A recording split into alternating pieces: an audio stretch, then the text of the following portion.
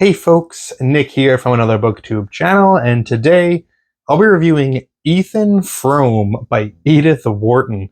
Very different from my usual content, but I read this as part of my self-imposed back-to-school challenge, which is something that I've been doing off and on for a little while now. It's been a while, actually, since the last entry in this, which was Wuthering Heights. But this was the book that I was maybe most looking forward to revisiting, just because I have the most interesting story about it in my past. So my reason for doing this challenge at all, the back to school challenge, is I want to revisit the books that I was supposed to read in high school but didn't, or I read them and I never gave them a fair chance because I was just like a moody teenager. So Ethan Frome was one of those books that I did not read. And I remember, I tried the first couple pages and it was immediately so boring and the worst thing that my 15 or 16-year-old mind could possibly imagine sitting down and wasting time to read. So I went to the Spark Notes. I did that for a lot of books in high school. And usually Spark Notes was really good at keeping you in the game. You wouldn't get 100 on your test, but you'd get a good respectable 80 to 90 if you really knew how to use them. And if you paid attention to class discussion, which I was pretty good at. I was able to pick up on what people were saying and contribute and make it seem like I actually read it when I didn't. The issue is that with Ethan Frome, in my class of maybe 30 kids, nobody read it. Very obviously. I think 2 or 3 kids may have read it. The rest of us, everybody went to the Spark Notes. And then came time for the test. And we had a teacher who, I won't name her name, I won't give her name away, but she was tough. She was not anybody's favorite teacher, I think. She was a tough cookie. And for some reason, she made this test for Ethan Frome the most specific and difficult test that any of us had ever seen in an English class. I think what she did was she went on SparkNotes and she designed the test in such a way that you could not answer any of the questions on using SparkNotes. Everything would have to be she would literally ask questions that were just who said this line of dialogue? An isolated piece of 5 or 6 words. Or what fell in the snow on page 82, that type of specificity. And everybody failed the test. Everyone. And not just failed spectacularly, to the point where she had to put a 20-point curve on the grades, and most people, including myself, still failed even after the curve.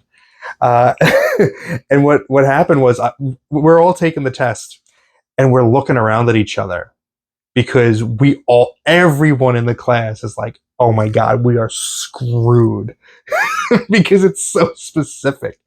And I fill out, I make up whatever. And then as class is filing out at the end, I hang back a little bit. I go up to the teacher and I say, look, you're going to find out when you grade this test, but I'd rather you just hear it from me right now.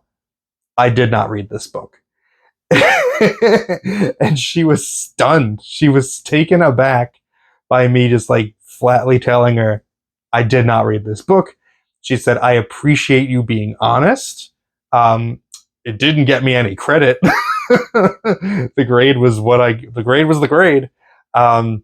But from that point on, I actually think we got along pretty well after that.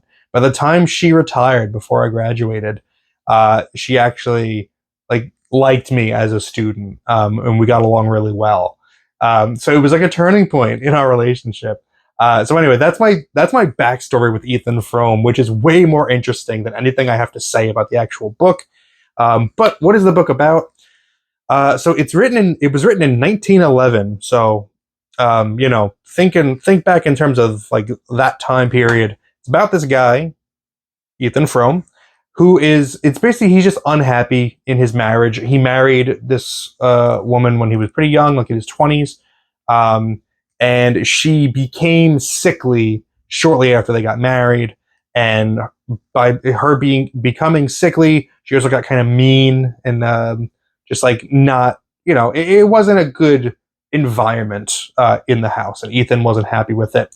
And then her cousin Maddie comes to live with them, and she's been with them for like a year. She's like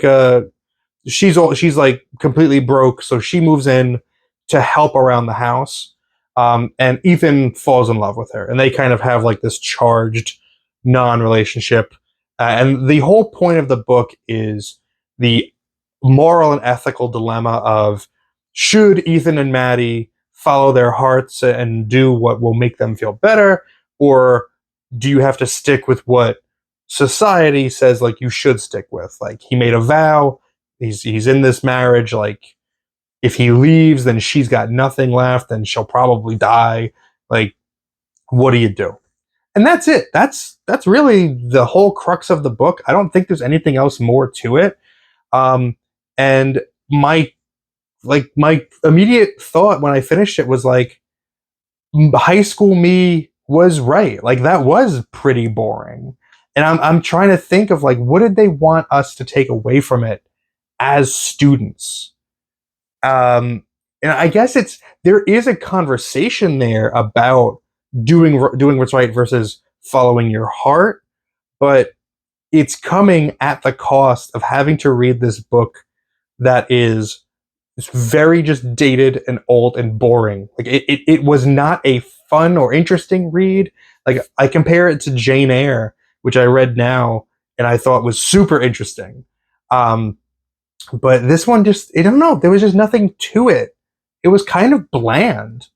And I don't know why this book has survived like this long to becoming classic status. I guess Edith Wharton, just like her name like on it. I don't know. But like, that's it? Like, really, that was the whole thing. And mercifully, it was very short. That's another thing. I think back to being in high school, and I thought that it was like a 200-page book. This book was 83 pages. It was, I think with the prologue, it was just about 100 pages. And it took me still like 2.5 days to read it, because I was bored. I was like, I would read 15 pages and I would put it down. So I'm like, ugh. Like, I don't know. It just, if I'm not really a classics reader. So if you're a classics reader, maybe you can explain to me what this book has to offer and why it's so special. And I see all the symbolism about like, oh, the snowy town and the rocking chair in the house and like the locket that gets lost. Like, I see these are all the things that they want to talk about in the classroom setting about what does it mean? What does this mean? But ultimately, it's boring, and who cares? So I didn't like Ethan Frome. Even in my maturity, I was able to read it, acknowledge it, like, okay, this is a piece of work. I've got to the end, and I've come to the same conclusion I did back when I read 2 pages of it 15 years ago, which is it's boring and it's pointless, and I didn't want to have to read it. So yeah, get it out of our schools. Stop banning good books. Ban the books that are boring like this one. Anyway, my arbitrary and subjective grade for Ethan Frome by Edith Wharton is gonna be I'll give it a 4 out of 10. I'll give it a 4 out of 10. I did finish it, and it was fine. It was just nothing. It was just nothing. Whatever. Do with that what you will. Let me know your thoughts about Ethan Frome and how much it benefited you if you had to read it in high school in the comments below. Thank you very much for spending some time with me today, but now it's time to get back to reading.